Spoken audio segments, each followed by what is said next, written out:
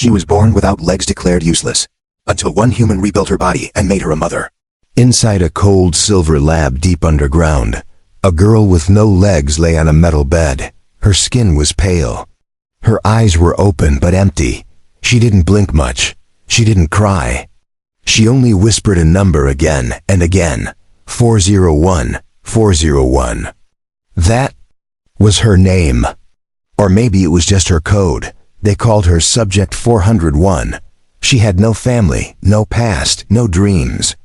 The scientists said she was born in a test tube made to breed future hybrid soldiers. But something went wrong. She had no legs.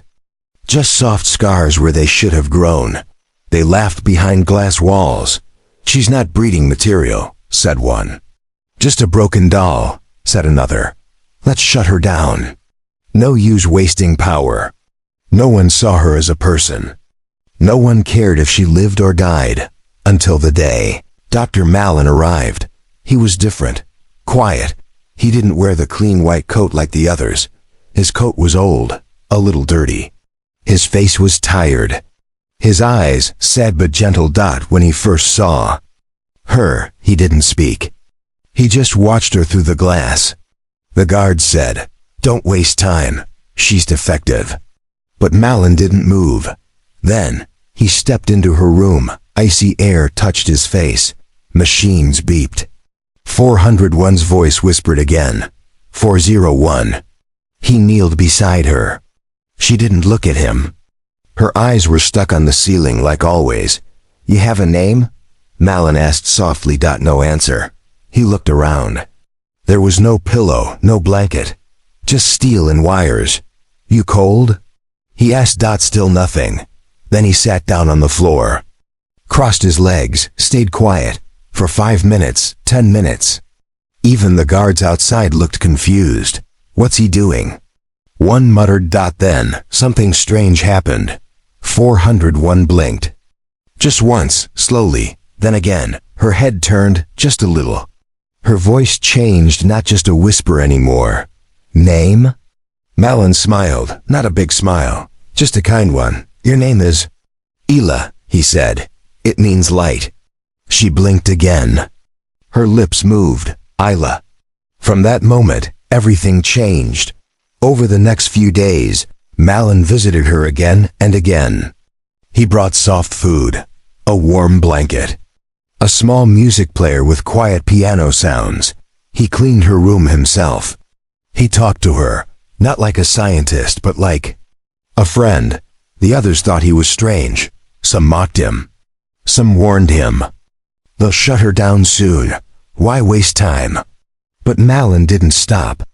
One evening he brought a box. Inside was a long metal frame, unfinished robotic legs. Old, rusted, but strong. He showed them to her. "Do you want to walk?" he asked. Ela blinked. Her voice was quiet, unsure. "Why?" Malin looked at her. "Because I think you're alive. And alive things should move, should live." Her eyes slowly filled with water. Not much. Just a tear or two. She didn't understand why. But it felt like something inside her chest was waking up. Late at night, after everyone left, Malin stayed. He worked on the legs, fixed wires, charged batteries, polished the rust. Every time he looked at Ela, she looked back just for a second longer than before. One night, as he adjusted a small joint, Ela suddenly spoke. "Why? Help me." He paused. Then he said something he had never told anyone in years. "My wife," he whispered, "was like you. She couldn't walk. I tried to fix her, but I was too late." He looked away. His hands shook. "I failed her. But maybe I can help you." Ela didn't know what to say. But she whispered 2 words. The first real words from her heart. "Thank you." But far away, someone was watching. In a control room full of screens. A woman in black armor stared at the footage. "Subject 401 is progressing too fast," she said coldly. "Activate protocol shutdown." A red light blinked on the screen. A silent alarm rang. Back in the lab, Malin didn't notice. He was fitting the first part of the leg. Isla winced. It hurt. But she didn't cry. He held her hand. "You're almost ready," he whispered. Outside the room, boots marched. Guards were coming, but before they could reach the door, Isla did something no one expected. She moved her toes. Just a twitch. Just once. But it was enough. Malin stared in shock. "You're responding to the nerve links. It's working." Then he heard it, the metal sound of rifles loading. He looked at Isla. "Do you trust me?" he asked quickly. She nodded. Then Malin pulled out a hidden keycard, grabbed his tools, and whispered, "We're getting out of here." The alarm was silent, but Malin felt it in his bones. Red lights blinked softly across the lab walls. Security was moving. Orders were given. Subject 401 must not leave the facility. But Malin had already made his choice. He stood beside the half-finished girl. No, not a girl anymore. Isla. She wasn't just metal scars and broken dreams. She had blinked. She had cried. She had spoken. And now, she had moved her toes. "Isla," he whispered quickly, "we have less than 5 minutes. I need you to trust me." She nodded slowly. Her eyes were afraid, but strong. Malin lifted her from the cold metal bed and laid her gently on the work table. Her thin arms wrapped around his neck as he carried her. He opened the box beside her. Inside were the robotic legs. Not government tech. Old tech. Forbidden tech. War tech. Malin had stolen the designs years ago. Not for weapons, but for hope. He attached the steel frame to her left thigh. Sparks danced. Metal hissed. Ayla gritted her teeth. "You feel that?" he asked. "Yes," she gasped, voice shaking. "Good. That means it's working." He moved to the second leg, screwed in the bolts, linked the nerves, attached the bioskin layer thin, soft and warm. Isla's fingers dug into the table. She was sweating. Her heart raced, but she didn't scream. She was stronger than anyone thought. Outside the lab, boots marched closer. Doors unlocked. Voices whispered through radios. "Room 12. Is the subject contained?" "Negative. Dr. Malin is inside." "Authorization granted for lethal force." Malin took a breath. "Okay, Isla, the legs are connected. But I won't lie, it will hurt to move them." She looked at him. "How much?" "Like fire in your bones." Isla nodded. "Then let it burn." Malin stepped back. "Stand when you're ready." For a second, nothing happened. Then, her fingers twitched. Her shoulders lifted. And her legs, those new, shining, unnatural legs, began to move. She placed one foot on the floor. The other followed. Her knees shook. She grunted. Almost fell. But she didn't. She stood. For the first time in her life. She stood. Malin felt something in his chest break open. He couldn't stop smiling. "You're walking." Isla took one shaky step forward. Her breath caught. Another step. Then she collapsed into his arms, laughing an awkward, surprised laugh. Tears rolled down her face. Real tears. "Is this normal?" she asked. He wiped her cheek. "Yes," he said. "That's life." But the moment shattered. Boom. The door exploded off its hinges. Smoke and sparks flew. Red lasers flashed. "Freeze!" a soldier shouted. Malin grabbed Isla and pulled her behind the work table. "We need to run," he yelled. "But I just learned to walk." Ayla gasped. "You'll run anyway," he said. She nodded. "Together, always." Malin pressed a button under the table. A secret wall panel opened, revealing a dark maintenance tunnel. Isla jumped in first. Her new legs sparked. But they worked. Malin followed. The panel slid shut just as a bullet shattered the table behind them. Inside the tunnel, everything was dark and tight. Pipes hissed. Water dripped. Isla struggled to balance. "Why are they hunting me?" she asked. "Because you're alive," Malin said. "And they're afraid of that." "Afraid of what?" "That maybe you are more than a failed project." Maybe you're something new, something they can't control. Ayla didn't speak for a while. Then she whispered, I don't want to be a weapon. You won't be, Malin promised. Not with me. They reached a small service elevator. Malin tapped a code. It buzzed, slow and old. While they waited, Ayla leaned on the wall, panting. Her legs shook again. He looked at her closely. Are you in pain? She nodded, but I won't stop. She said, I want to feel everything, even the pain. Malin's chest ached. He saw her not as a project, not a subject, but as a person. A girl, a soul. Then Ayla did something strange. She touched his hand, softly. Why are you kind to me? She asked. Malin swallowed. Because no one was kind to me when I needed it most. Ding. The elevator arrived. They stepped in. Malin pressed the top level. The surface dot as the elevator began rising. Malin looked at Ayla. She was still in pain, still scared. But now she had fire in her eyes. She was alive. More alive than anyone in that cold lab. Back at the destroyed lab. The woman in black armor watched the cameras. 401 escaped. Someone said, she's walking, another added. The woman narrowed her eyes. She's learning too fast. This is unnatural. She turned to the screen and whispered, find them, before she remembers who she truly is. Rain fell hard on the surface. The sky above Facility 0 was black with storm clouds. Lightning cracked across the sky like angry gods shouting. Far below the ground, Dr. Malin and Ayla stood in an old storage room. Dust filled the air, the walls shook. Alarms still echoed from the floors below. Ayla leaned against the wall, breathing fast. Her new legs trembled, but she stood tall. Malin looked at the old exit door in front of them. This will lead us out, he said, but we'll have to run. And if they catch us, they won't, Ayla said firmly. I'll make sure of it.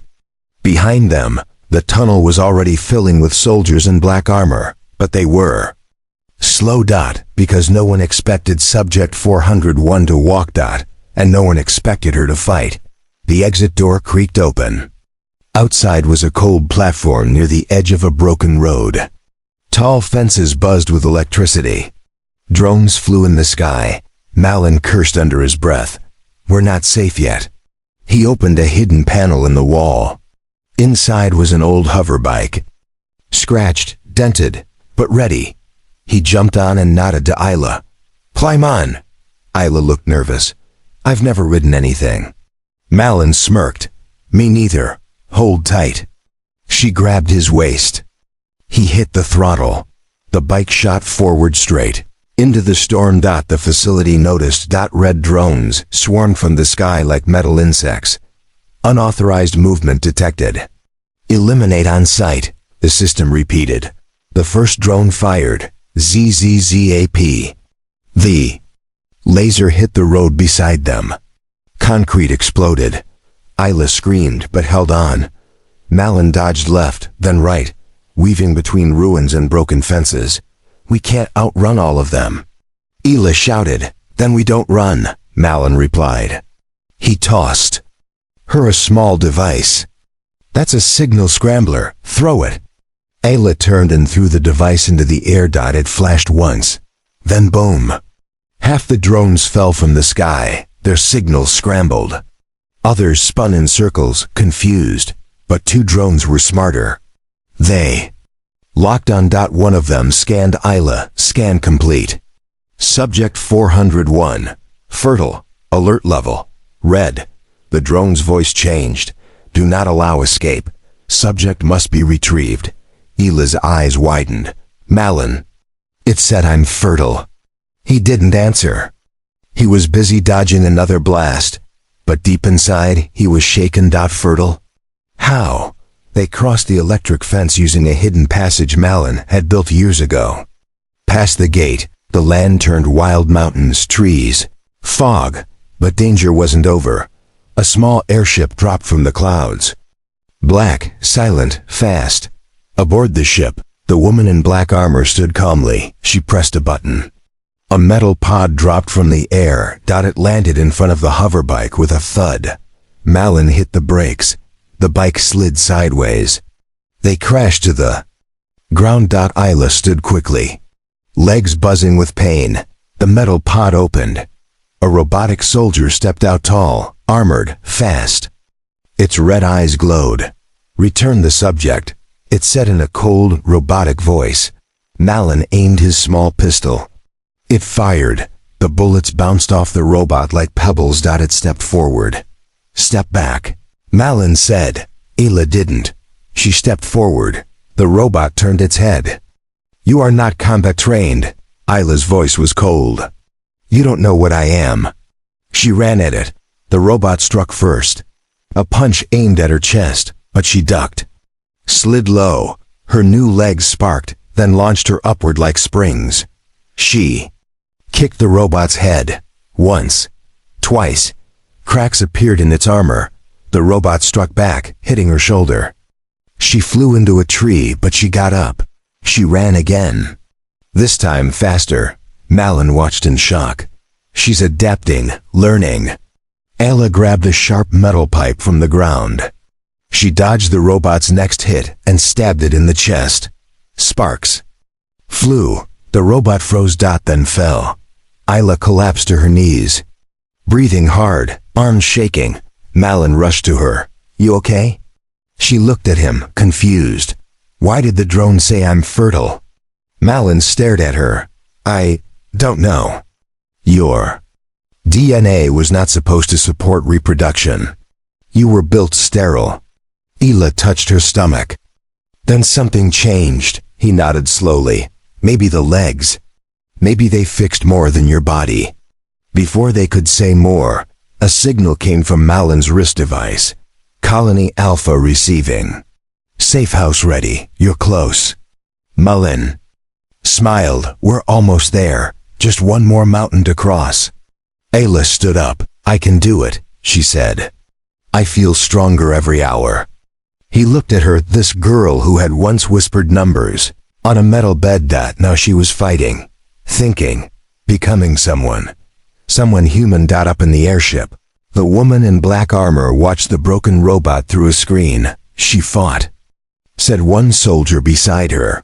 "She adapted," said another. The woman narrowed her eyes. "No, she evolved." She turned to the crew. "Send word to Central Command. The experiment has become a threat. Phase 2 begins now." They walked for hours through dead forests and sharp black rocks. Ayla's legs were covered in dirt and blood. Malin's shoulder was bruised from the crash, but neither complained. The mountain air was cold, but it smelled like freedom. For the first time in her life, Ayla felt the sun on her skin. She paused at the top of the hill. Below, deep in the valley, hidden between cliffs and trees, was a strange sight, a village, small houses, solar panels, wind towers, smoke rising from chimneys. Malin smiled. "We made it." Ayla's eyes widened. "What is this place?" He said. Only one word: home. The guards at the village gate didn't wear armor. They wore patched clothes and carried handmade weapons. When they saw Malin, they nodded in silence. But when they saw Ayla, they raised their weapons. "Is that ... one of them?" a woman asked. "She's different," Malin said. "She escaped, like us." Another guard stepped forward. His arms were covered in burn scars. His right eye was metal. He looked at Ayla for a long time. "She has lab tags. She's facility tech." "I have legs," Ayla said, voice calm. "But I also have a name." The man raised an eyebrow. "And what is it?" She looked straight at him. "Ayla, I didn't choose it, but someone gave it to me." "That means it's real." The man stared. Then he slowly lowered his weapon. "Welcome to Colony 9, he said. "The place where the broken still breathe." Inside the village, things were strange but peaceful. Children with robotic arms played in the dirt. An old woman with glass eyes taught a group of kids how to plant crops. Some people had metal parts. Some had glowing tattoos. Some looked completely human until you saw how fast they moved or how long they could hold their breath. They were all failures according to the labs. But here, they were family. Isla sat beside a fire, staring at the food in her hands. Warm. Bread. Real soup. She took a small bite. Her eyes watered. "It's good," she whispered. Malin smiled beside her. "Better than lab paste, huh?" She nodded. Then her hand moved to her stomach, a sharp pain. Like fire, but it passed quickly. She didn't tell Malin. That night, the village elder came to see them. She was short, with a bent back and silver skin that looked like stone. Her name was Vera. She looked at Isla and asked gently, "Do you know why you're here, child?" Isla frowned. Vera shook her head. To begin, she handed Isla a small glowing stone. "This is from the first subject who escaped. Facility 0. It reminds us we are not mistakes, we are survivors." Ayla held the stone tightly. She wanted to believe it. But that night, she dreamed of labs again, of cold metal beds, of red eyes scanning her body. The next morning, she collapsed. Malin rushed to her.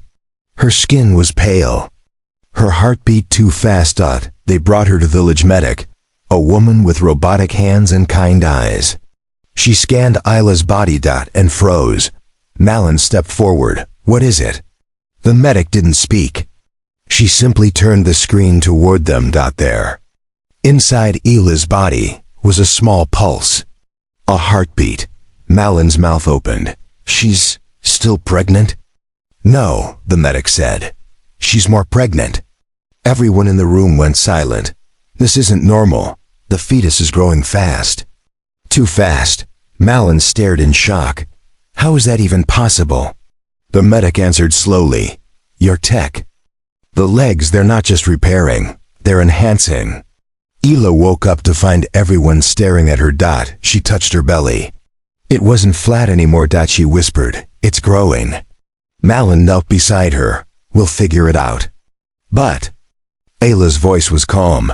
"No, we don't need to be afraid." She looked around the room, at the others, at their scars, their pain. She stood shakily but proud. "I'm not broken," she said. "And this child was made from kindness, not control." She looked at Malin. "You gave me legs. But more than that, you gave me the chance to become something." Far away, inside a secret control center, the woman in black armor watched the screen. A soldier beside her said, "She's integrating with the colony, becoming a symbol." The woman's face was stone. "Then we crush the symbol." She said, "We destroy the colony, and we retrieve the child." They walked for hours through dead forests and sharp, black rocks. Isla's legs were covered in dirt and blood. Malin's shoulder was bruised from the crash, but neither complained. The mountain air was cold, but it smelled like freedom. For the first time in her life, Isla felt the sun on her skin. She paused at the top of the hill. Below, deep in the valley, hidden between cliffs and trees, was a strange sight, a village. Small houses, solar panels, wind towers, smoke rising from chimneys. Malin smiled. "We made it." Isla's eyes widened. "What is this place?" He said, "Only one word, home." The guards at the village gate didn't wear armor. They wore patched clothes and carried handmade weapons. When they saw Malin, they nodded in silence. But when they saw Isla, they raised their weapons. "Is that ... one of them?" a woman asked. "She's different," Malin said. "She escaped, like us." Another guard stepped forward. His arms were covered in burn scars. His right eye was metal. He looked at Isla for a long time. "She has lab tags. She's facility tech." "I have legs," Isla said, voice calm. "But I also have a name." The man raised an eyebrow. "And what is it?" She looked straight at him. "Ayla, I didn't choose it, but someone gave it to me."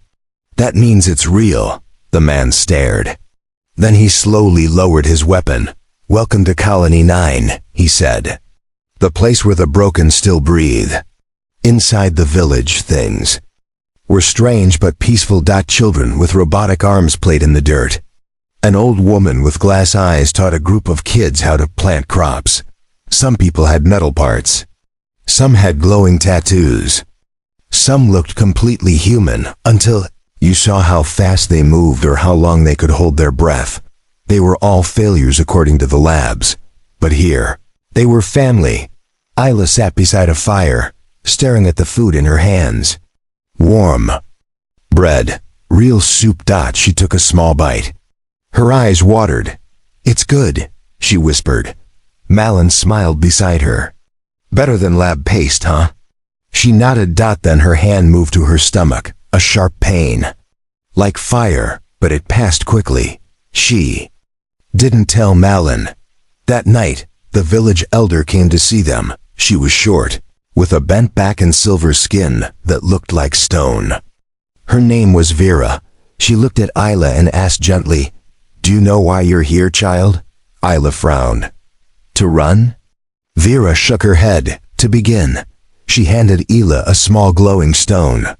"This is from the first subject who escaped. Facility 0. It reminds us we are not mistakes, we are survivors."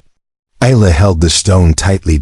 She wanted to believe it, but that night, she dreamed of labs again, of cold metal beds, of red eyes scanning her body. The next morning, she collapsed. Malin rushed to her. Her skin was pale. Her heart beat too fast. They brought her to village medic, a woman with robotic hands and kind eyes. She scanned Isla's body. And froze. Malin stepped forward. "What is it?" The medic didn't speak. She simply turned the screen toward them. There, inside Isla's body, was a small pulse. A heartbeat. Malin's mouth opened. "She's still pregnant?" "No," the medic said. "She's more pregnant." Everyone in the room went silent. "This isn't normal. The fetus is growing fast." "Too fast." Malin stared in shock.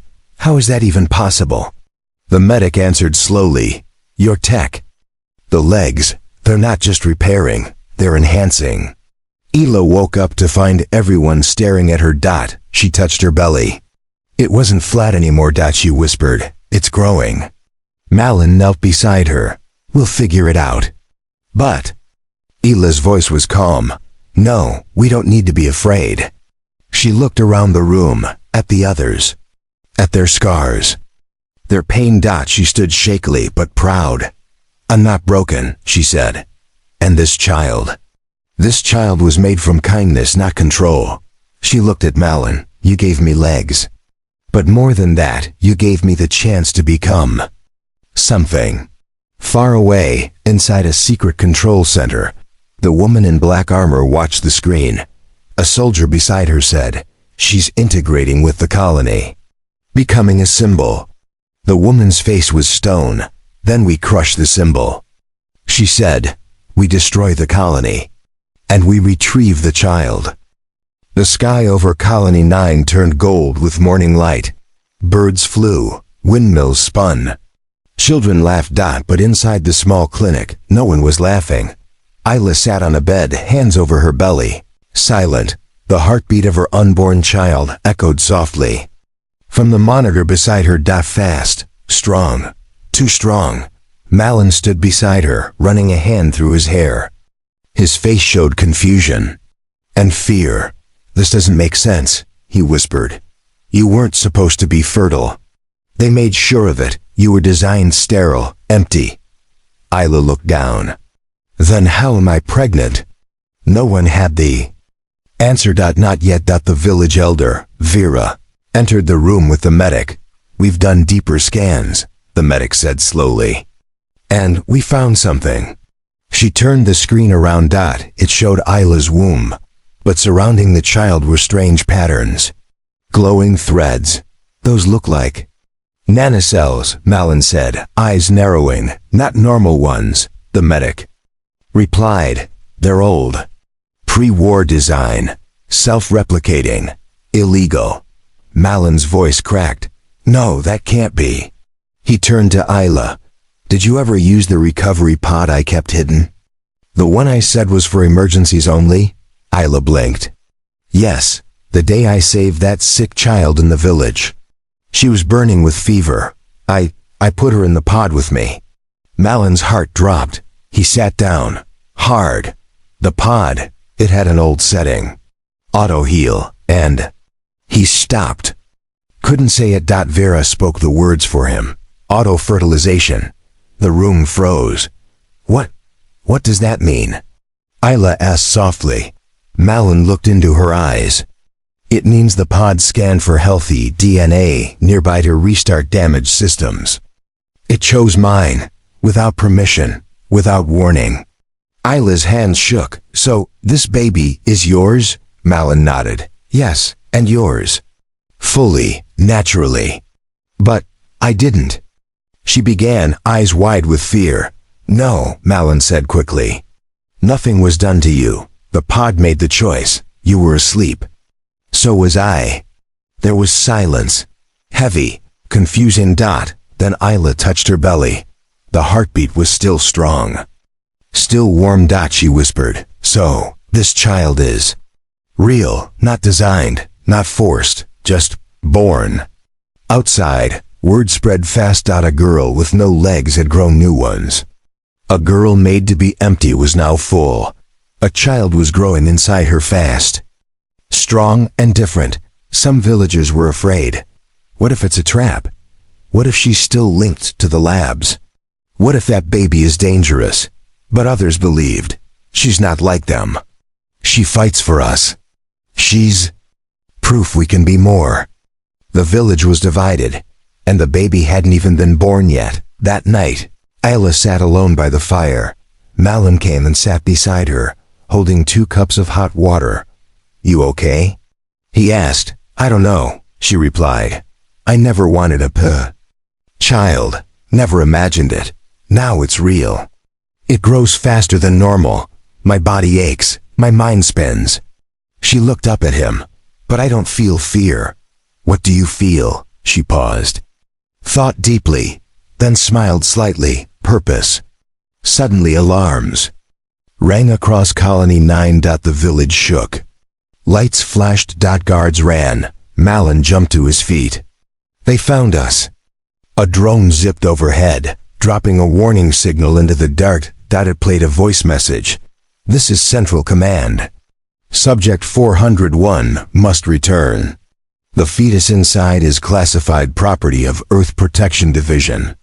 You have 12 hours to surrender, or face total deletion. Panic spread. Villagers gathered, argued, shouted. They'll bomb us. We have no weapons to fight them. Give her to them. She's not even one of us. Isla stepped forward. Her voice cut through the noise. You think I'm just metal and wires. You think I'm a mistake. But I've bled for this place. I've healed your sick. I've stood with you. She placed a hand on her belly. And now, this child is more than just mine. It's proof we are not broken, not useless. We are alive. Vera raised her hand. Silence returned. She turned to the crowd. This child was not made in a lab. It was made through accident, yes, but also through love, sacrifice, and freedom. She looked to Isla, then to Malon. The future has chosen them. Now we must choose what side we're on. Inside the command center miles away, the woman in black armor received a report. The colony has not surrendered. She didn't blink, then. Prepare the fleet, she said coldly. Destroy everything. Except the girl and the child. 2 weeks later, the warships were gone. The skies were quiet. And deep in the valley of Colony 9, life was beginning again. But inside this small stone clinic, something even greater was happening. Isla was giving birth. She gripped Malon's hand. With all her strength, sweat poured from her face. Her breathing was fast. Her new legs trembled, not from battle, but from pain, a different kind of pain. A powerful one. Outside, the village waited, silent, watching, hoping. Because this child was not just a baby, she was the first. The medic looked up. One more push, Isla. She's almost here. Isla screamed. Her voice echoed through the clinic walls. Then a cry. High, strong. Alive. The medic smiled wide. She's here. She lifted a tiny baby, wrapped in soft cloth. A girl, skin soft gold. Eyes glowing faintly silver. Veins lit like stardust beneath. Her skin, the room was silent. Even Malin held his breath. Then the baby blinked and smiled. Isla reached out, shaking. The child was placed in her arms. Her voice cracked. Hope. Outside, the villagers heard the cry. And then the name, Hope. Children repeated it first, then the elders. Then everyone. The cry of a child once feared was now a song of future. That night, the stars were brighter than ever before. Vera, the elder, called a meeting in the central square. Isla walked out holding her newborn. No guards. No fear. Only light. The crowd parted for her like water on the ship. Malin walked beside her, still bruised but smiling. Vera raised her hand. Tonight, she said, we welcome not just a child, but a new path. She looked at the crowd. This child was born not from control, but from choice. Not from power, but from kindness. She is proof we are not machines. We are more, the crowd murmured. Some cried. Vera turned to Isla. What do you want for her? She asked. Isla held her baby close. The silver eyes looked up at her like tiny stars. I want her to grow free. To never be a weapon. To never be owned. To walk, run, fall, laugh on her own terms. And if they come for her again? Vera asked. Isla's eyes turned steel. Then I'll remind them what a girl with no legs can do. Weeks passed. Peace settled over the colony, but Isla's child was growing fast. Faster than normal. She could sit after just 2 weeks. She could walk. By week 4, and by her 2nd month she could speak. Light, she said one morning, pointing at the sun. Malin nearly dropped his tea. Ayla just smiled. She learns fast, she whispered.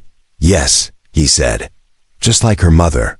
Across Earth and other colonies, the story spread like wildfire.